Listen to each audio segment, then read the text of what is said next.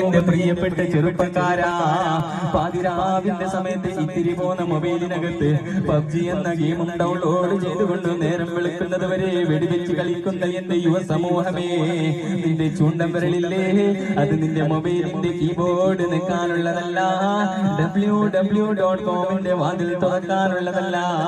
നാളെ നീ മരിച്ചു കഴിഞ്ഞാൽ നിന്റെ മയ്യത്തെ കൊണ്ടുപോയി കബറിൽ വെച്ചതിന് ശേഷം മുങ്കറിന് കീറും കടന്നു വരുന്നതിന് മുമ്പ് ഒരു മലക്ക് കടന്നു വരുമത്രേ. ആ മലക്കിന്റെ പേരാണ് ഇസ്മുഹു റഹ്മാൻ എന്ന മലക്ക് വന്ന് ചോദിക്കുമത്രേ, നീ പ്രായപൂർത്തിയായ അന്ന് മുതൽ തൊട്ട് എന്തൊക്കെ തെറ്റുകുറ്റങ്ങൾ ചെയ്തിട്ടുണ്ടോ അത് മുഴുവനും ഒന്നെഴുതുക.